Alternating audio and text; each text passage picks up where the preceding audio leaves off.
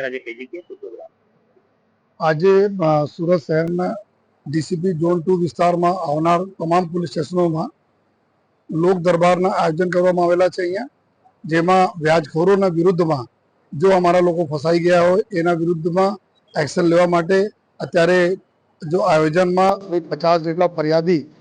અને એના પરિવારજનોથી મોટી સંખ્યામાં આવ્યા છે અને અમારે અલગ અલગ પોલીસ સ્ટેશનોમાં ટીમો અમે બનાવી છે અને અત્યારે જો અરજીઓ લઈને એના ઉપર સાંભળીને તાત્કાલિક કાર્યવાહી શરૂ કરવામાં આવેલી છે અને જેટલા બી એવા વ્યાજખોરો છે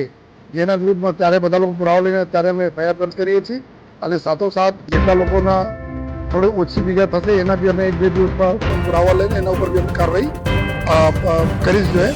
અને આપના થકી અને તમામ અરજદારોને બી અમે રિક્વેસ્ટ કરી છે તમે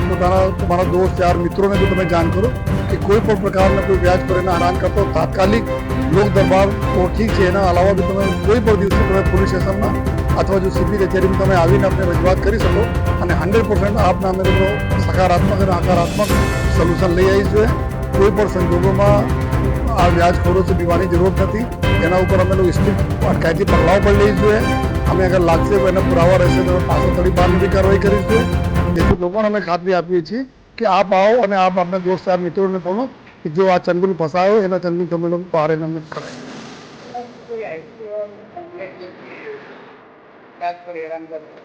અત્યાર સુધી 50 જેટલા આવી છે, જેમાં 50 જેટલા લોકો આવ્યા છે જેના લગભગ જો આ વ્યાજખોરોથી ત્રસ્ત થઈ ગયા છે. લોકો જો પૈસા આપેલા છે એના ઘણા ગુના પૈસા પરત કરી દીધા, છતાં લોકો માંગ કરે છે. તો જેથી અમે પૂરા વિશ્વાસ છે કે આજથી કડક કાર્યવાહી એના ઉપર ચાલુ કરી દઈશું.